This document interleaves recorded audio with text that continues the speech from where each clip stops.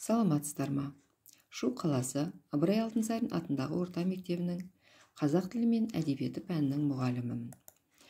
Сабағымызға қош келдіңіздер. Сабағымыздың тақырыбы Тынымбай Нұрмағамбетовтың «Анасын сағынған бала» әңгімесі. Оқу мақсаты шығарманың тақырыбы мен идеясын анықтау. Тынымбай Нұрмағамбетов 1945 жылы 10 маусымда Қызылорда облысы Жаңақорған ауданының Бірлік кеңшарында дүниеге келген.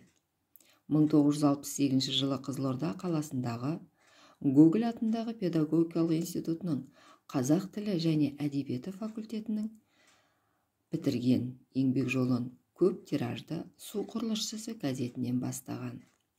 Қазақ әдебиеті хрестоматиясының 146-154 беттеріндегі «Анасын сағынған бала» әңгімесін түсініп оқып, мына сұрақтарға дұрыс жауап берулеріңізді сұраймын. Ауылына 4 жылдан кейін келген кейіпкер Есмағамбет. Дұрыс па, бұрыс па? Мама, сенсің ғой ең дана, мәңгі дос сен ғана деп әндеткен кейіпкер Балмағамбет. 320 теңге деп баланың уысындағы балмұздақты пакетке сала бастаған кейіпкер Күміскүл.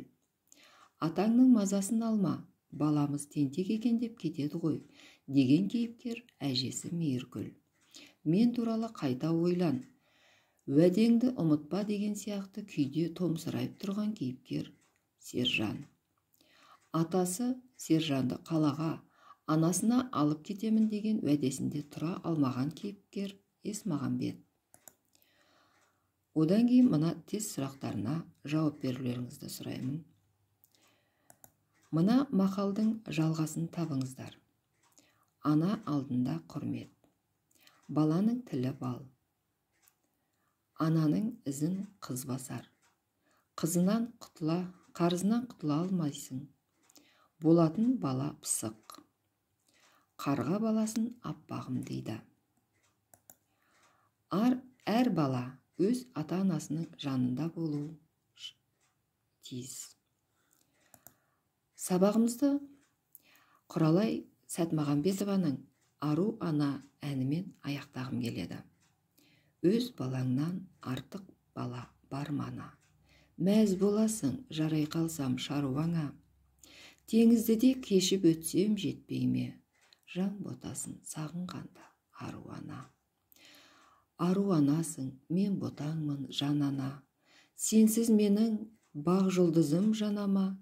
Сенсіз менің айым туып алдымнан. Атым шауып бас бәйгені алама. Асыл анам, сенен қуат алайын. Алдым сенен алтын таңның арайын. Сенің ғана жанарыңда тұратын. Мейіріміңді қайдан ғана табайын. Және рефлексия, шығу парағы. Бұл жерде маған не қиын болды? Мен қандай тапсырмаларды орындадым? Мен ненің не екенін түсіндім. Мен мұнан әр жайттарды үйрендім. Мені таң қалдырды. Үйге ана туралы нақыл сөздерді жазып келіңіздер. Осымен сабағымыз аяқталды.